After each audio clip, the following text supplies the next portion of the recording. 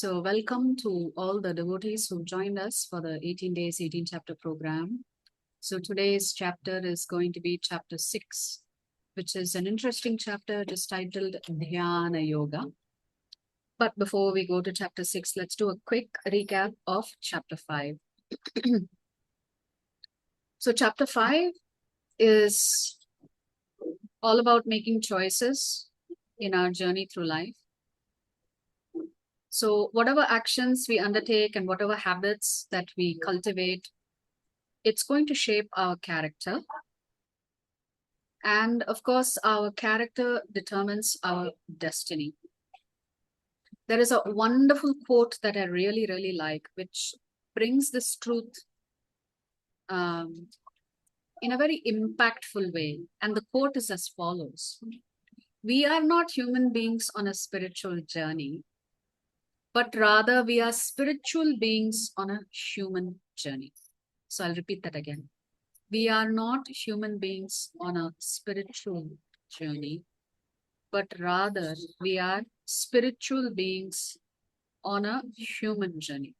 In the sense, what comes first? Our spiritual nature comes first. It just so happens that we are having a human journey now. In a prior birth, we may not have had a human journey. We may have had an animal journey or a bird's journey or an insect's journey. But even then, we were spiritual beings. It just so happens that today, we as the spirit soul have entered the body of a human being, and therefore we're having a human experience. So our spiritual essence is the most important element that Krishna is emphasizing in the Bhagavad Gita. So either we can acknowledge that we are spiritual beings and act accordingly, develop our character accordingly, cultivate our habits accordingly, or we think we are actually humans undertaking a spiritual journey. Then you will get it wrong then. So if we think we are human beings, just a few of us are undertaking a spiritual journey, then you may not be able to move towards liberation or freedom of choice or spiritual tranquility. So chapter 5 is talking about making conscious choices in our journey through life. So we come back to the same question that Arjuna had asked in chapter 3. Should I stay in the world or should I leave? Should I be engaged in all kinds of activities or should I just walk away from all kinds of activities? And to that effect, Krishna uses the analogy of a lotus leaf with a globule of water. The lotus leaf has nothing to do with that globules of water on it. It stays untouched and detached from that water. So similarly, Krishna is asking us, when we perform our duty without attachment and we surrender the results to him, then we will not be impacted by sinful reactions. So Krishna is advising Arjuna to perform his worldly duties without attachment to the results, which means he should fight and not worry about whether he's going to win or lose and whether he's going to be happy or distressed. These things he should not worry about.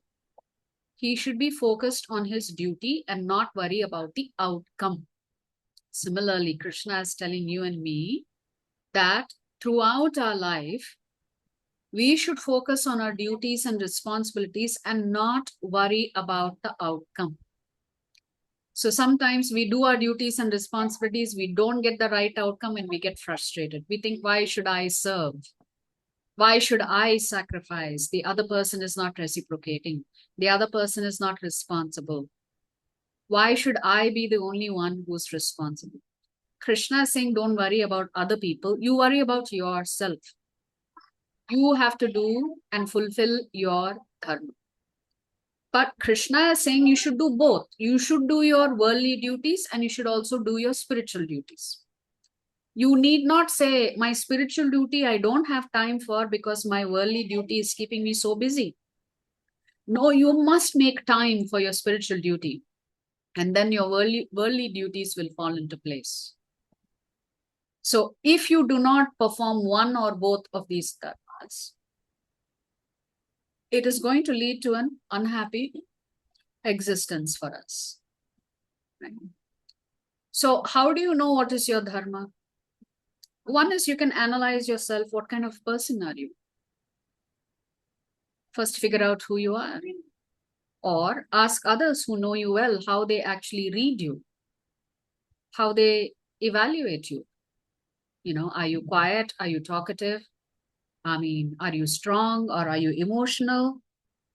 Are you rational? And another way of understanding who you are is to try out little projects. Through trial and error, you figure out what your real calling is and where you would do well. Actually, you should select your profession according to that only. That is why it's guna karma vibhagashaha. Everybody cannot be an engineer, everybody cannot be a doctor, everybody cannot be a teacher. So you need to understand yourself, and based on your strengths, you should figure out what profession would be suitable for me in order to earn a living. Not just earn a living, but for it to also be a fulfilling profession. But our life is not all about our career. Career is just a very small fraction of what we do. Our life is about serving Krishna. In that context, Krishna says, the three doers are the Jivatma, the Paramatma, and Prakriti. The Jivatma uses his free will to desire. And when he approaches Krishna or one of the Devatas to fulfill his desire, then all Krishna does is to check your bank balance. He wants to see, do you have sufficient credits to withdraw what you're asking? Whether it is fame, whether it is wealth, whether it is beauty. These things are determined based on your past karma and also your destiny. So Krishna either sanctions or rejects your desire. If he sanctions your desire, then it is Prakriti who enables you to experience the results of that desire. If Krishna does not sanction it, then you end up working harder, trying harder, giving it one more shot and one more shot and one more shot. That is why if you look at all of our great acharyas, they will tell you one thing alone. You should not work very hard to earn lots and lots and lots of money. Because if the money is meant to come to you, it will come to you any which way. So our Shastras advise us that we should not over endeavor for anything in life. Whatever Krishna has already set aside as your quota, that is what you're going to get. No matter how hard you work. So sometimes we think correlation is causation. Somebody worked very hard and therefore they became whatever it is, Karorpati. So on the one hand, you have destiny. On the other hand, you have free will. So what is destiny? Destiny is what happens to you based on what you've done in your past. Free will is how you respond to that situation. So somewhere we are oscillating between this destiny and free will. So every time something happens to us, whether it is good or bad, we have a choice on how we want to react to that situation. That is free will. Destiny you cannot control because you've already, deposited positive and negative things in your bank account, and you just have to, it's a matter of withdrawing. So it's Prakriti that arranges for you to enjoy or suffer the consequences of what you've done in the past. So the question is, we should do our duty and we should try our best. But other than that, we should not over endeavor for anything. Yes. So we should prioritize giving it our best. That's it. That's the only thing that matters. And then Krishna talks about those sages who have achieved this equal vision where they see everybody as equal. Yeah. And they see an animal as equal to a human being. For them, gold is the same as a piece of stone. They don't distinguish anything. Rather, they see everything as an energy of the Lord. Now, the question may be asked, why do we have to lead a pure life? Why should we at least be in the Sattva Gun? And so there are many, many reasons for this. If you want to be in the Sattva Gun, then you have to regulate what you do, what you eat, what are your daily practices, etc.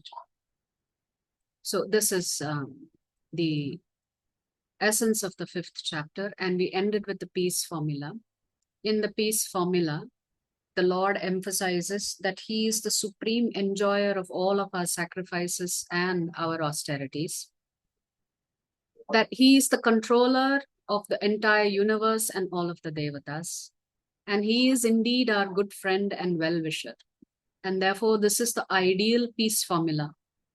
So you move from self-realization to God realization, and to understand that everything actually belongs to the Supreme Lord.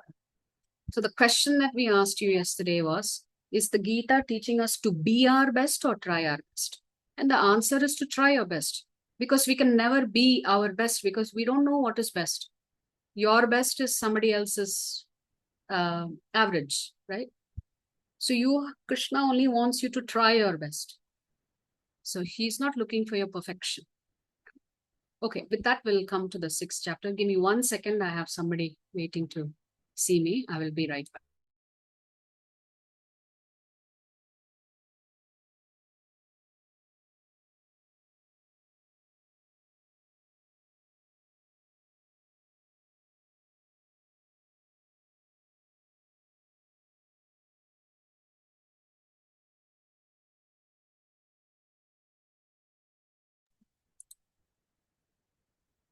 Okay, so sorry about that interruption. So let us look at today's chapter.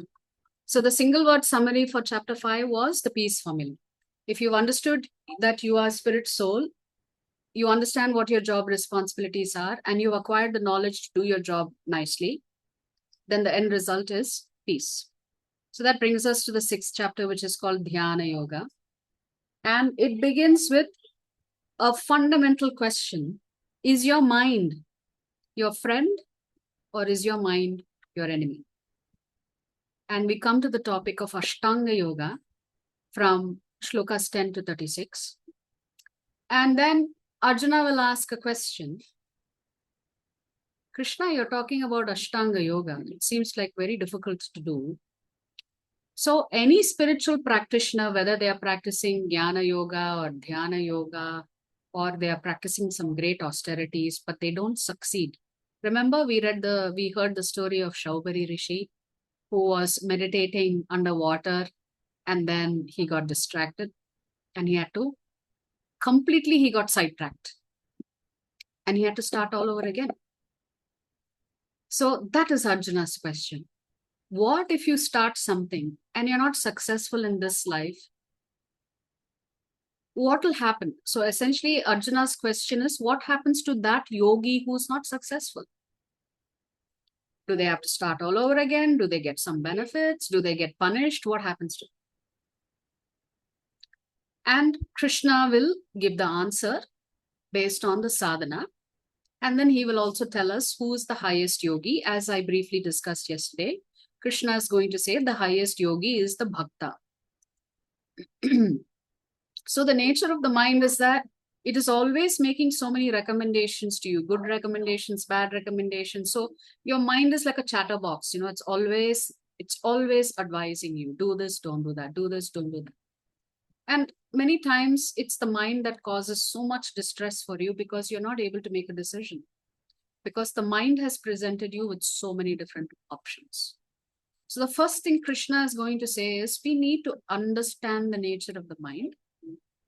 Because if the mind becomes your friend, then it is fantastic for spiritual practices. If your mind continues to be your enemy, then it's very difficult to do your spiritual side. So here, Krishna is saying, Bandhuratmatmanastasya yenatmaivatmana jitaha anatmanastu shatrutve vartetatmaiva shatruvat. For him who has conquered the mind is the best of friends. But for one who has failed to do so, his mind will remain the greatest enemy. So, what's the reason that suddenly Krishna is speaking about the mind? Because you have to control your mind to do dhyana yoga. That's why. If you want to practice dhyana yoga, one of the first things you have to control is the mind. Without mind control, very hard for you to do meditation. So essentially, in the 3rd chapter, Krishna talked about working for him. In the 4th chapter, he said just doing your work itself is worship. In the 5th chapter, he has said work with devotion and leave the results to me.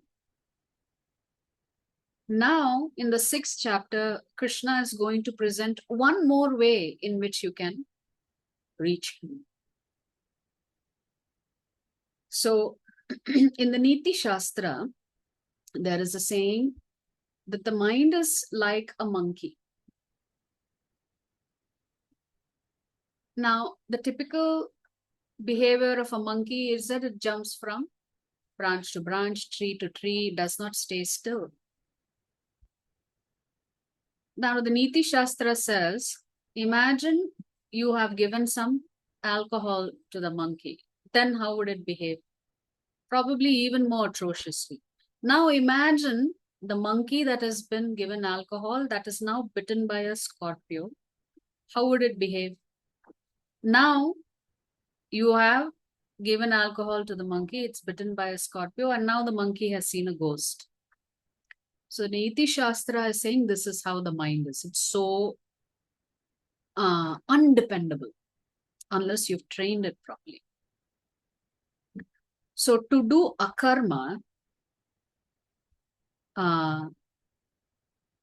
Krishna says one of the ways to do akarma is to learn how to control the mind. What is akarma? Akarma is any spiritual practices that you undertake for which there is no papa or punya. In the sense, if we work without attachment to the results, that itself is akarma. So there are various ways in which you can do akarma. The easiest way you can accumulate akarma is by being a bhakta of Krishna.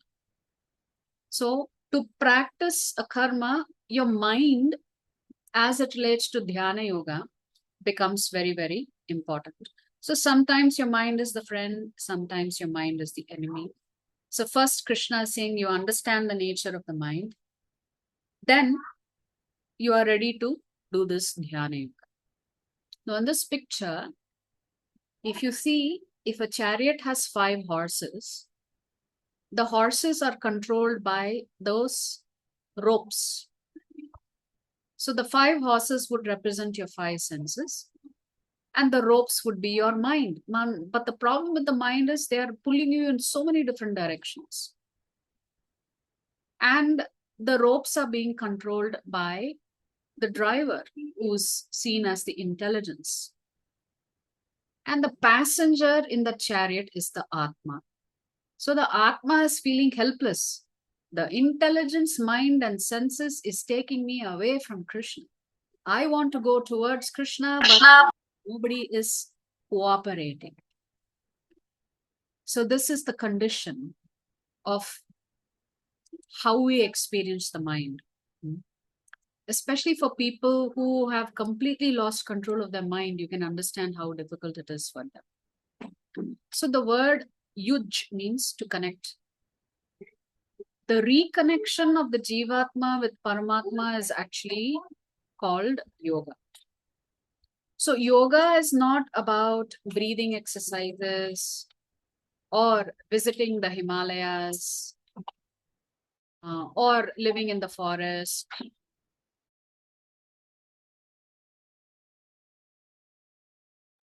living in the forest. So the yoga is the process of controlling the mind. It is not really a physical exercise.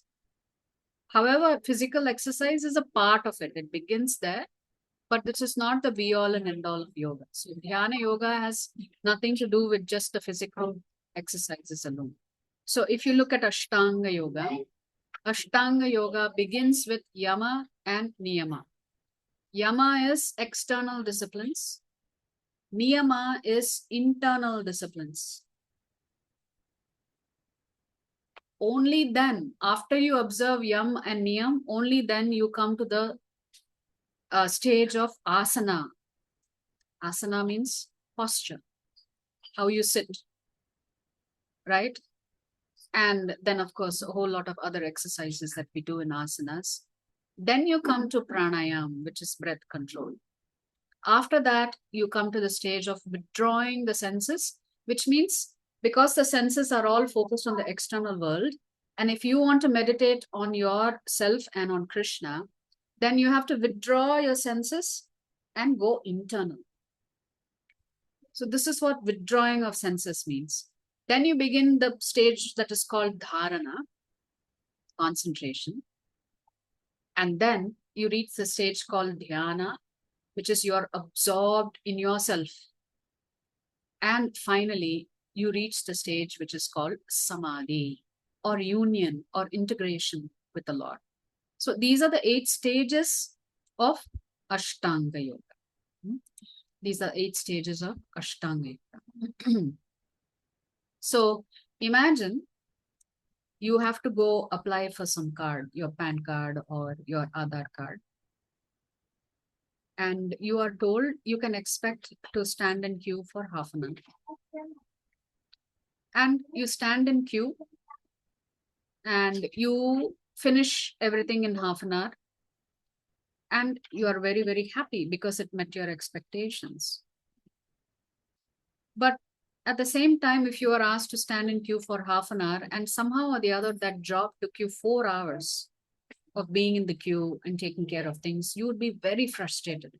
Why? Because the mind has already been told this particular task will take half an hour. But if it just so happens that task takes much longer than half an hour, then your mind gets frustrated.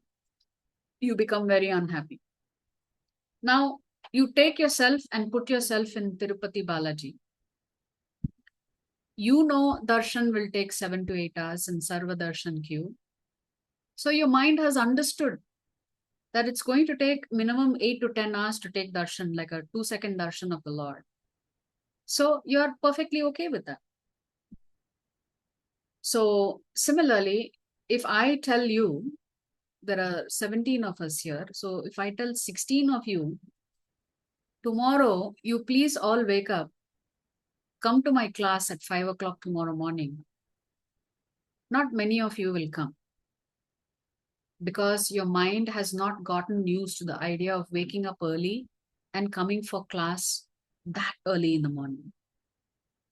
But if your mind is told, if you come for class at 5 a.m. in the morning, you will win 5 lakhs, then maybe suddenly your mind will have a different decision to make. Then I'm sure all of you will come. So the question is the mind finding something appealing or not? It's based on whether it brings you joy or not. If I tell you come up at 5 a.m. for class, for meditation tomorrow, none of you will come because your mind is thinking, well, why should I? What's in it for me?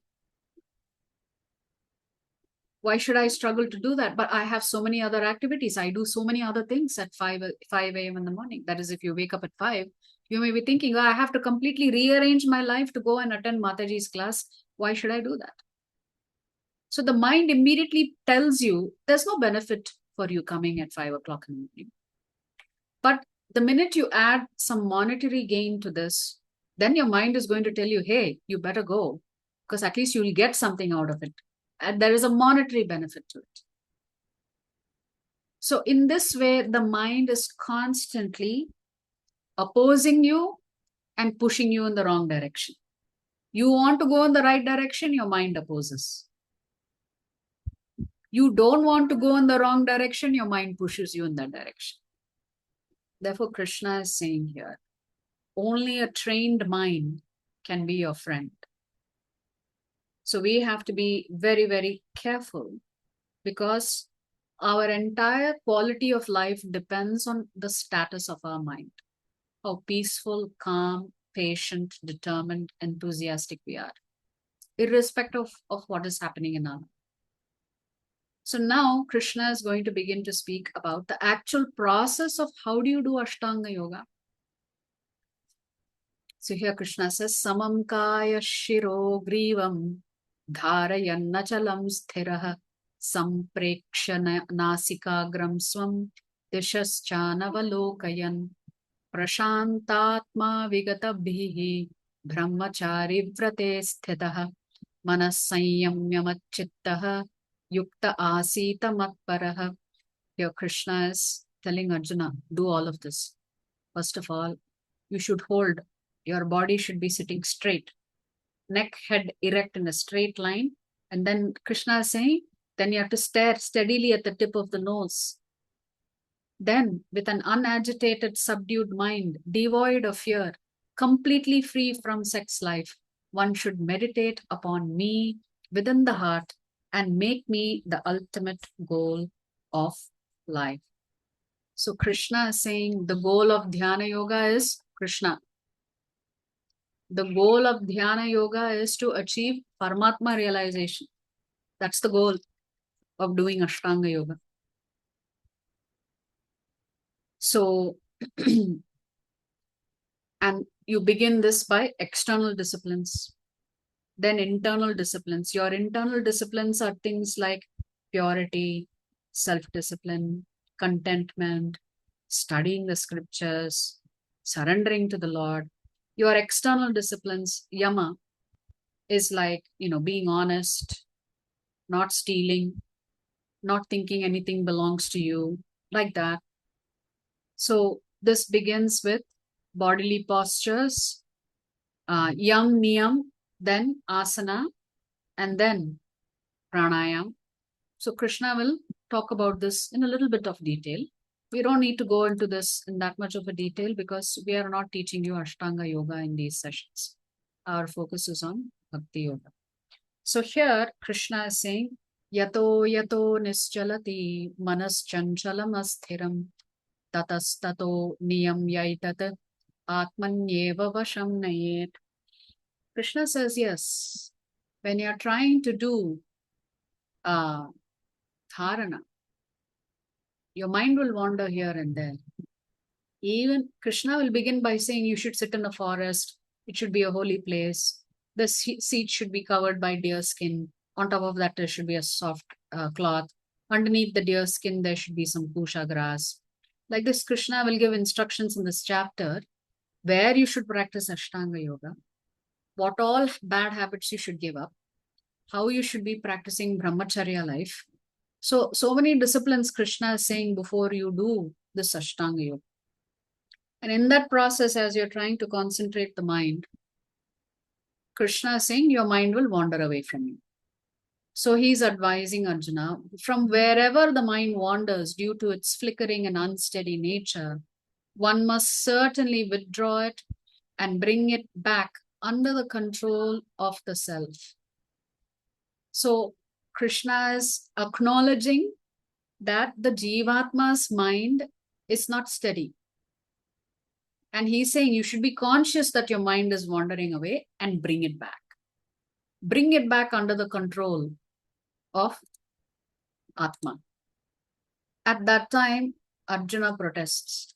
He's saying, you are asking me to control my mind? That is the toughest job I have.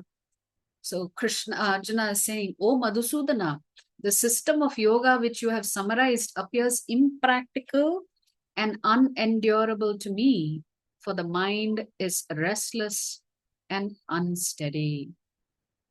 So the first thing Arjuna is doing, he is rejecting Ashtanga Yoga. Rejecting it because he's saying, if I have to get to this level, forgive me, this is not me. So imagine Arjuna who could shoot the bird by just looking at its eye that is situated, the bird seated on a tree, such is his level of focus and concentration. He is considered the greatest archer. And yet Arjuna is saying, I cannot control my mind. It is better that I can control the wind. But mind, Krishna, I cannot control. Hence, Arjuna is telling Krishna, Chanchalam himanah Krishna, pramathe balavadridham, tasyaham nigraham manye, vayor iva sudushkaram. Arjuna is saying, hey Krishna, this mind is restless, it's turbulent, it is obstinate, it is very strong, Krishna. And to defeat it, to subdue it, I think is more difficult than controlling the wind. So दूसरे दिन सुबह उठ करके 1 घंटे चलना है, फिर दिन भर वह या थोड़ा साथ में चलना है. Oh, okay, we can put everybody on mute, please. Thank you. So Arjuna is telling Krishna, of course, this is a little exaggeration, right? But he's trying to make the point that it is that difficult to control the mind by saying it will be easier for me to control the wind. Why don't you ask me to control the wind instead? I can't control the mind. So in the 37th shloka, Arjuna says, Ayate shraddhayopeto yoga chalitamanasaha aprapya yoga samsiddhim kam gatim Krishna gacchati. Here, Arjuna is saying, oh Krishna, what is the destination of the unsuccessful transcendentalist? Transcendentalist means somebody is pursuing a spiritual path, who in the beginning takes to the process of self-realization with faith, but who later desists due to worldly mindedness and thus does not attain perfection in mysticism. So this is the question that I had mentioned earlier. So Arjuna is worried, what if I practice and give up, or I'm not successful, I don't reach my goal? Then what happens to such yogis? Is everything just a waste of time? So let us see what Krishna says here. Tatratam buddhi sanyogam labhate paurva dehikam yatate chatato bhuyaha samsiddhau kurunandana. On taking such a birth, he revives the divine consciousness of his previous life, and he again tries to make further progress in order to achieve complete success, O son of Guru. Here we can talk about Jada Bharat. Jada Bharat, in his previous life, was the king of the Bharata Desha.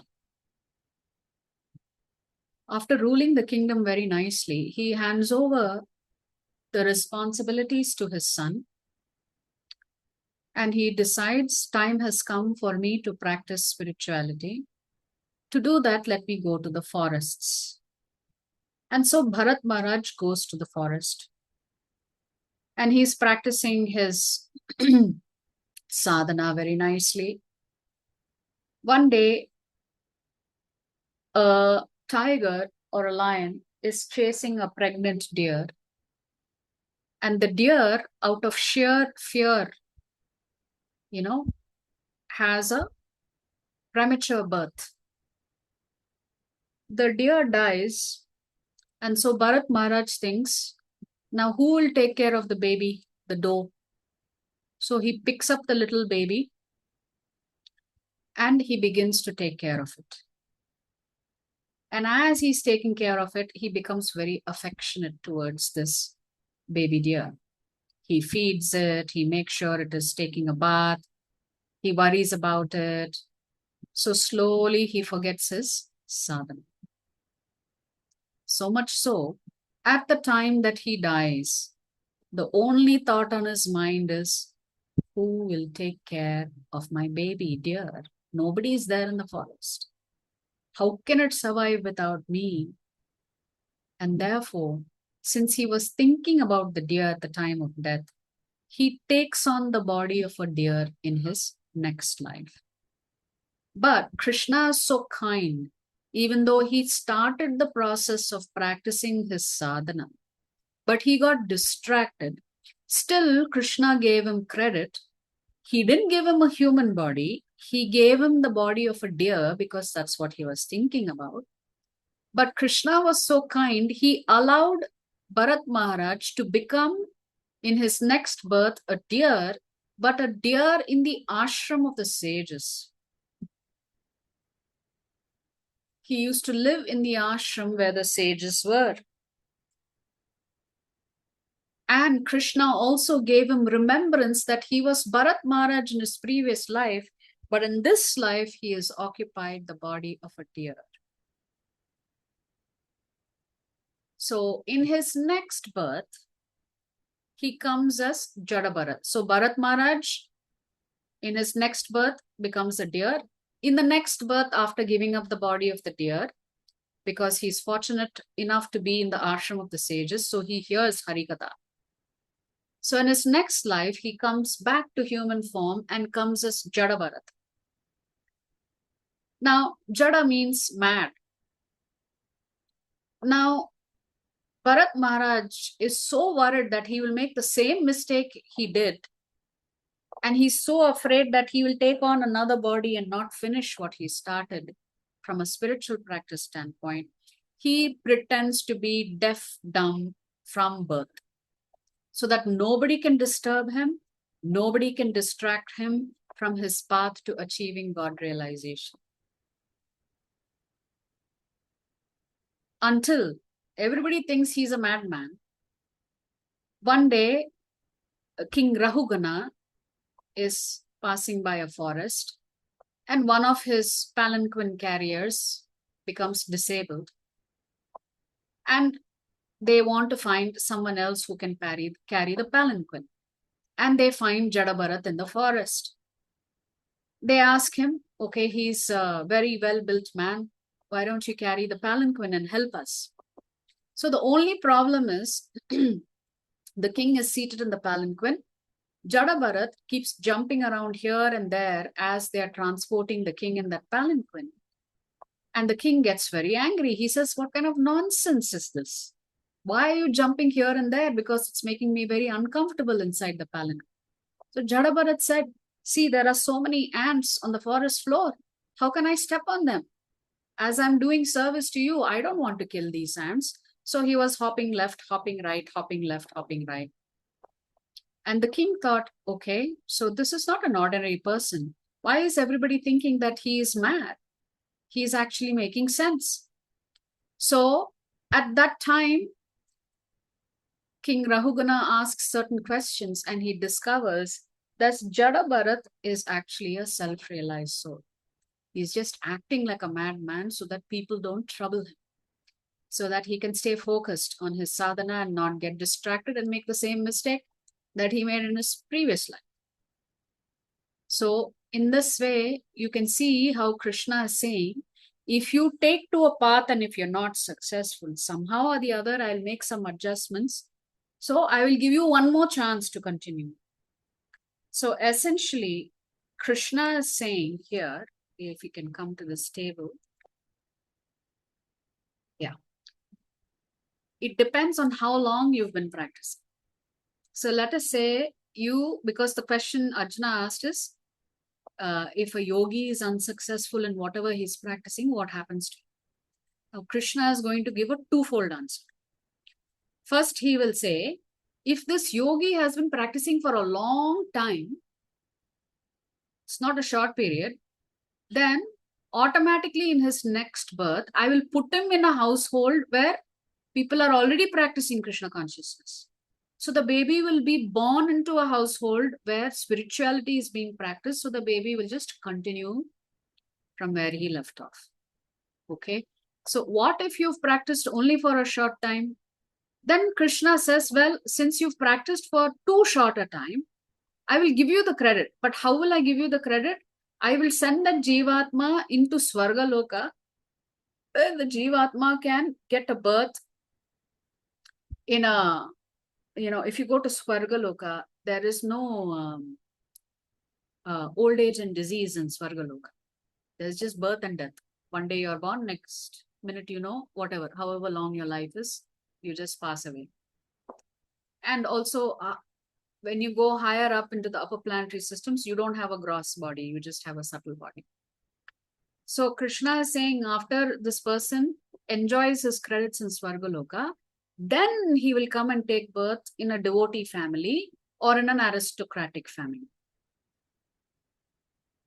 So it depends on how long that person has been practicing. Now, please don't ask me how long is how long. I do not know, because Krishna does not specifically answer whether it is 6 months, 1 year, 2 years, 20 years.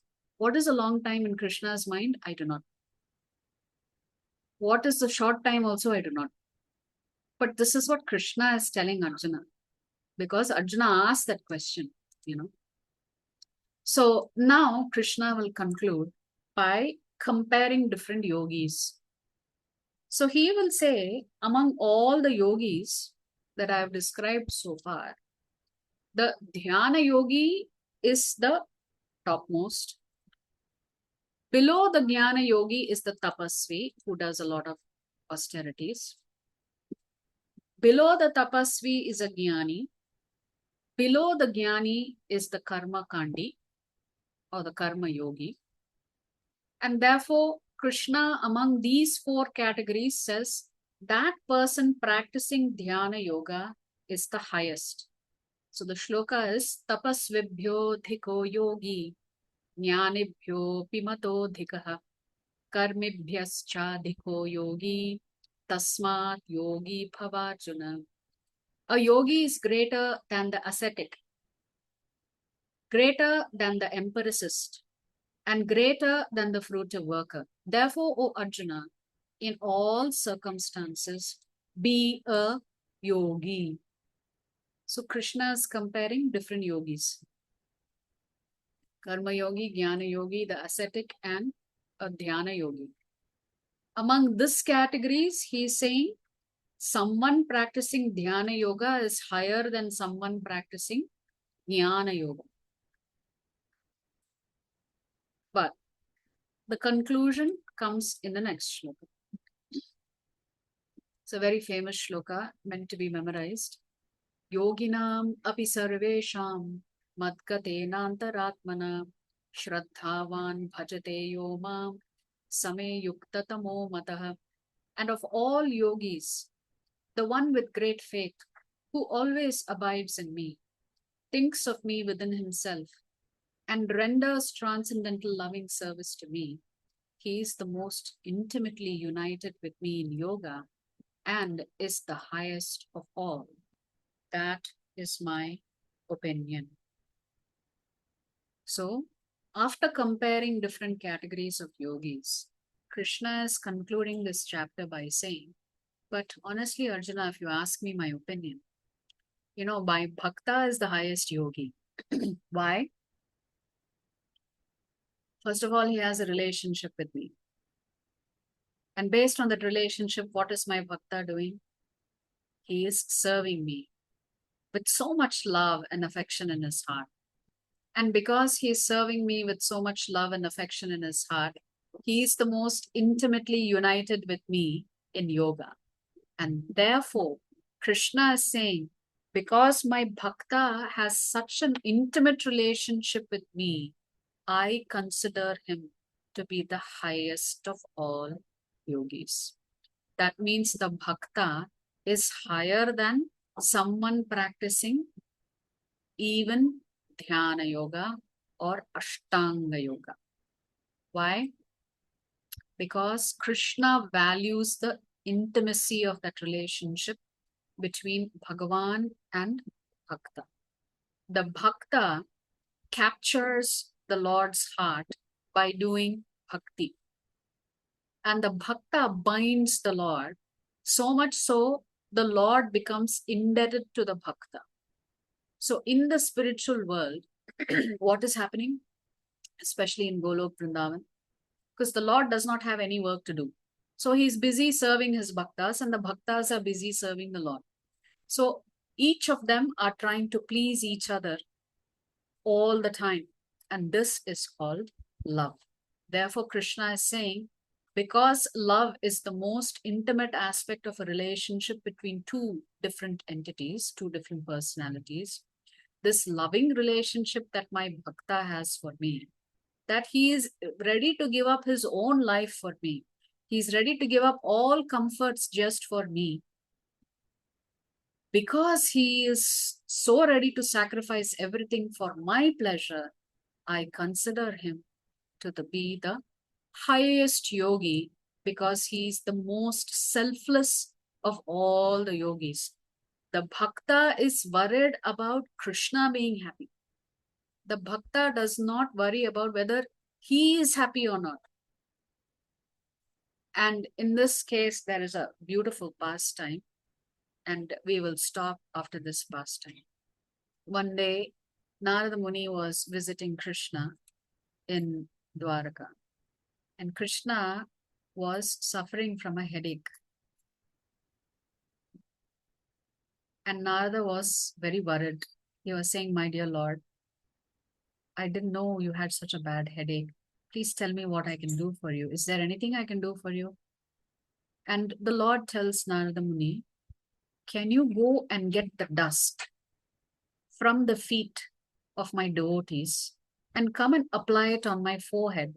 The minute you apply the dust from the lotus feet of my devotees onto my forehead, my headache will disappear." So Narada Muni is in shock that the Lord is asking for the dust from the lotus feet of his devotees to be put on his head. Narada Muni was thinking, isn't this the most egregious of offenses? Will we not be committing the greatest of sins by taking dust from our feet and putting it on the Lord's forehead?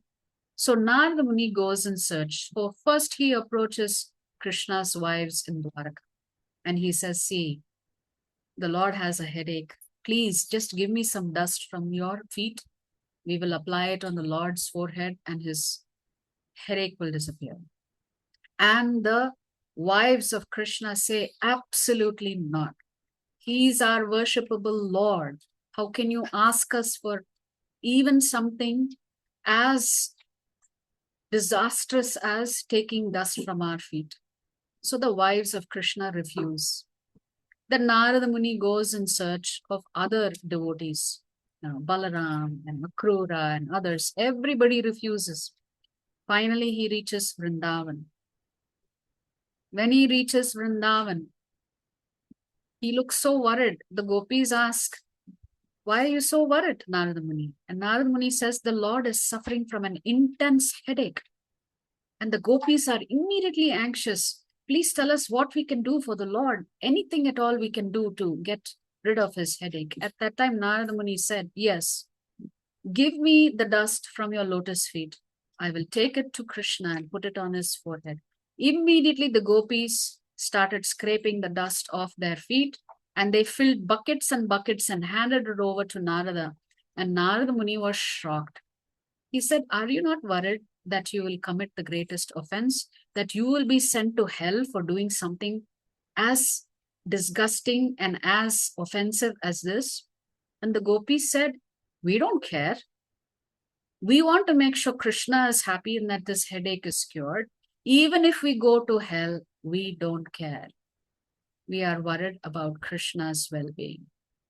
And hence, Narada Muni understood that the gopis were ready to sacrifice their life and their future life for the happiness of Krishna. Krishna's wives were not ready to do it. Krishna's friends were not ready to do it, but the gopis were ready to do it. So this demonstrates how the Lord is captured by the love of his devotees. So much so the Lord is amazed and astounded that the gopis would be ready to put themselves in harm's way just to make sure that he is happy. So you can understand why Krishna says the intimate relationship that my devotees have with me makes them the greatest yogi